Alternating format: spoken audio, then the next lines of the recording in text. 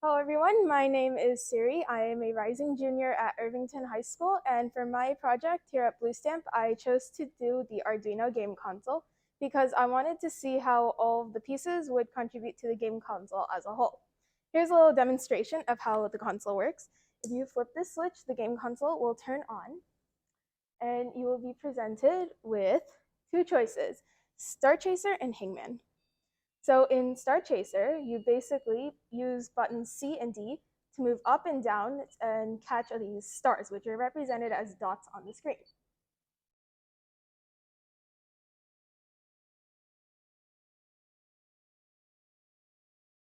And for the second game, you can play Hangman, which should be pretty straightforward. You're basically trying to guess the word that's put in that's represented as little dashes on the screen without killing the little hangman.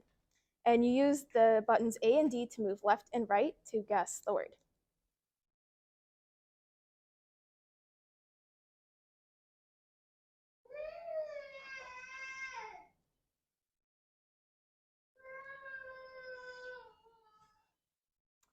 And that's my little demonstration.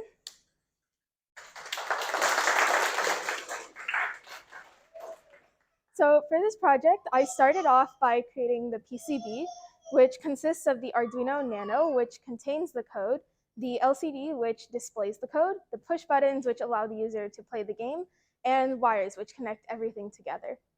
For my second milestone, I focused on cutting out all the acrylic and sanding it so that it would fit with the 3D print.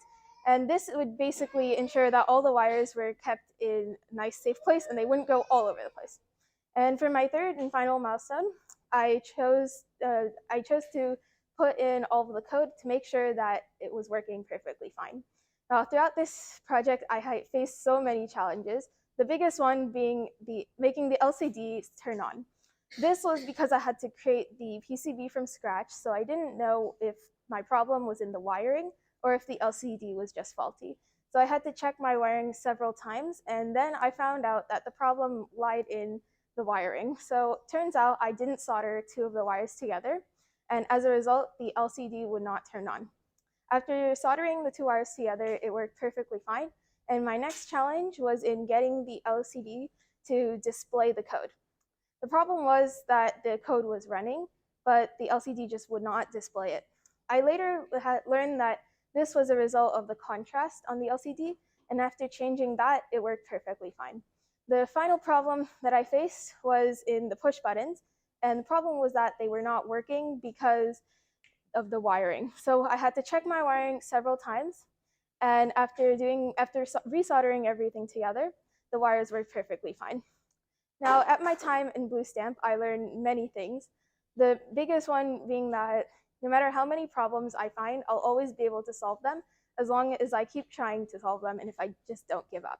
The second thing that I learned was that I don't need to learn a completely new coding language to understand the code, because if it's working, I can just figure out what it's supposed to do and take it from there. And the final thing that I learned was that I need to check my soldering and be very careful, because that is where most of my problems lied. Thank you.